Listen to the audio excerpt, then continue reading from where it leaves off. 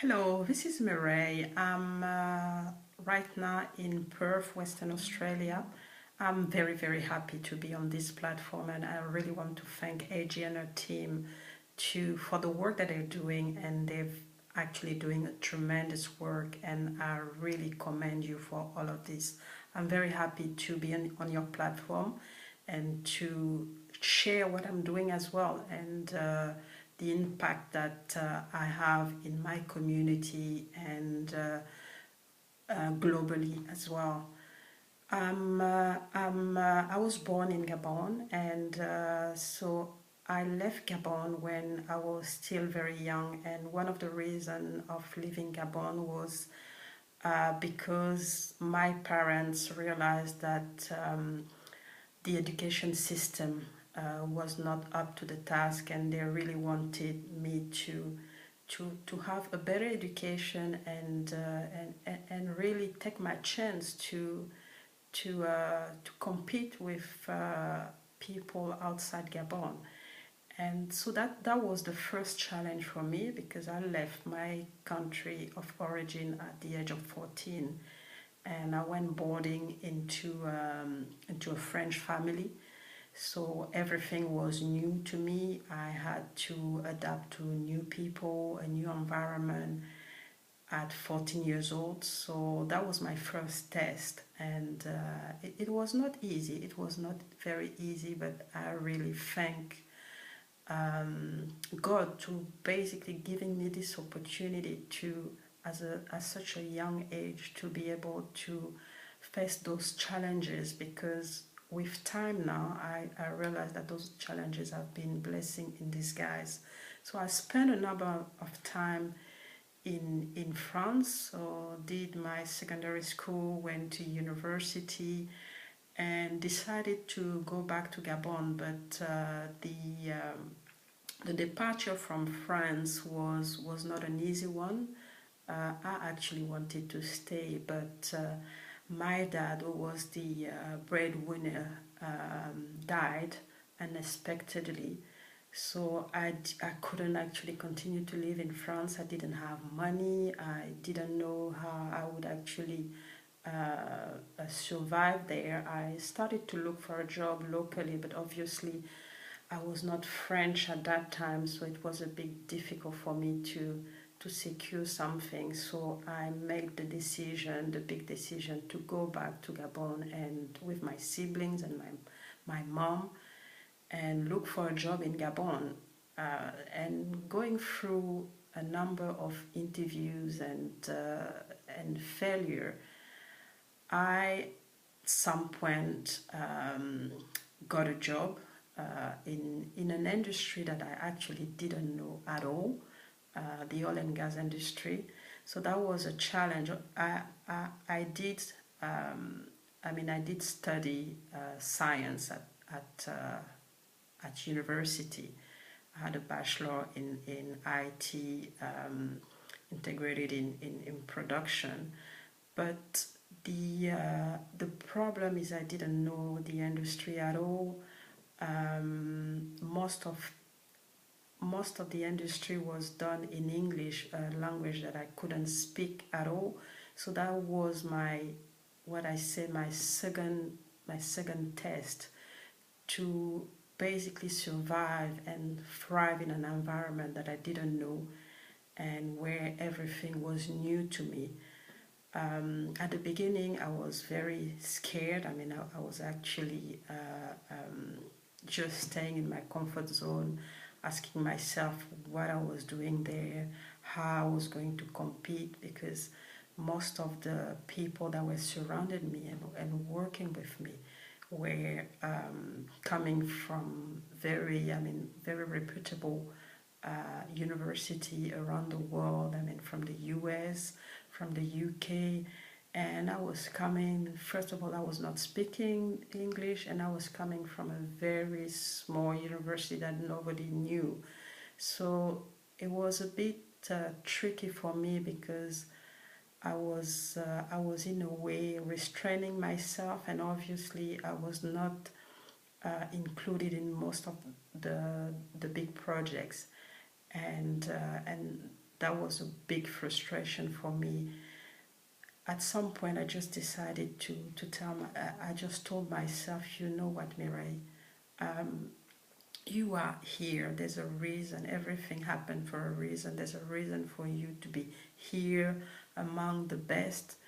Why don't you try to be the best as well and compete with people that you are surrounded, that are around you? So that was really the first call for me. I started to learn English in the town, which was a very remote town in Gabon. And little by little, I started to really master the language. And with mastering the language came really the confidence that I was lacking when I joined. So I started to become more and more confident, put myself out there, and it actually paid because I was able to later on compete on the international scene. I had a very rewarding career, international career in the oil and gas industry. I've worked worldwide in Europe, in Africa, in Asia, and now in Australasia. So massive success for me. And but it didn't come. I mean, it didn't come easy. I had to really step up at some point and really tell myself that I could actually achieve whatever I have achieved here so far. And what I've realized going through all those experiences is that everything starts inside of you. Everything starts with you. Whatever happened around you is a result of what you actually think inside of you, and what you accomplish is what you think you can accomplish. You put the limit yourself. Nobody puts those limits to you. I mean, the opportunities are there. I'm not saying that it's easy, but when you decide that that's the way you want to go, it normally does. So first thing that I really want to tell you today is that dream big and decide that you're gonna succeed at what you that you're gonna reach your goals, and nobody can stop you except yourself. I know that the environment plays a role. I know that you have to go and look for those opportunities, but at the end of the day, it's about you. It's about you taking action, because yes, you can dream big, but if you're just sitting there and you're not having a plan of action and putting this plan into and really putting this plan into action, it becomes very, very difficult for you to go anywhere. So action is actually the way to success, because you're not gonna amount to anything if you're just if you're static. And it goes with trying to step up, and stepping up means that you have to go out of your comfort zone. I mean, the success and the growth is happening out of your comfort zone. Don't think that you by being comfortable and by doing things the way you're used to do it, that you're gonna actually go somewhere. So that's very important, that you take action. And the next big lesson that I've learned so far, going through all my experiences and working globally, is that you never do it alone. I mean, you always have to involve a certain number of people that you trust, people that can actually lift you up. And that's where your environment is very important. It's very important that you hang around with people who can actually teach you things that you don't know, so that you can grow, so that you can um, so that you can go to the next level. Because if you stay with people who actually have nothing to teach you, or are actually less, performant than you, guess what? I mean, you're not gonna move, you're not gonna progress. So it's very important to make sure that you have what Napoleon Hill was calling a Mastermind Alliance, and this Mastermind Alliance have to be focused on the same thing as you, and really complement you in area that you don't master very well. The other part is how you manage failure, because how you manage failure is very important. And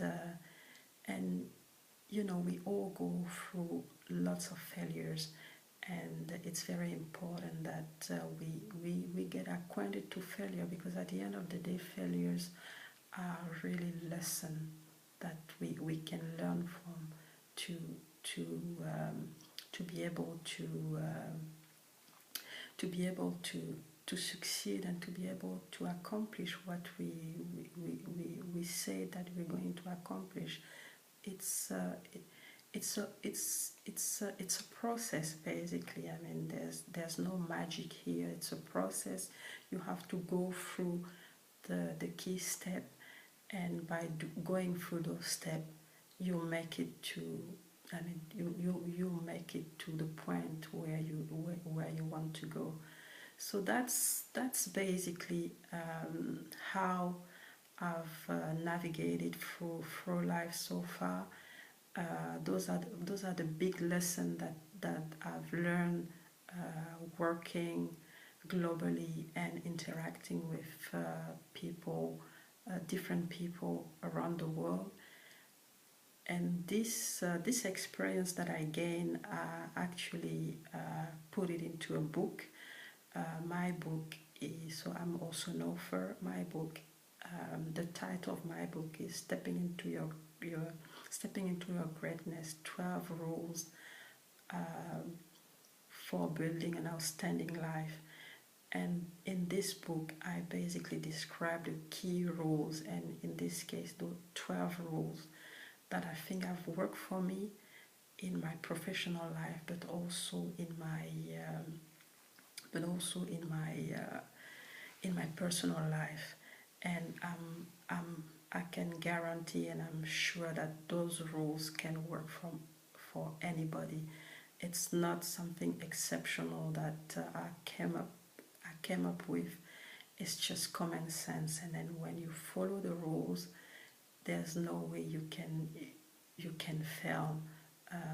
You can fail going forward. I mean, you're gonna have failures, those lessons that you need to learn, but at the end of the day, at the end of the road, you'll make it. And that's really the big statement that I wanted to make here to this audience, is that you have to step up. You have to step into your greatness, because we all have greatness inside of us. We were all born with greatness, and even if some of us don't realize it, we have this greatness. So it's very important to recognize it, and to start acting on it, and really start to step into it, and show your greatness to the world, and not be shy about it. So as a follow-up to my book, I'm actually developing a program that I want to disseminate, first locally here in Australia, and eventually in the world.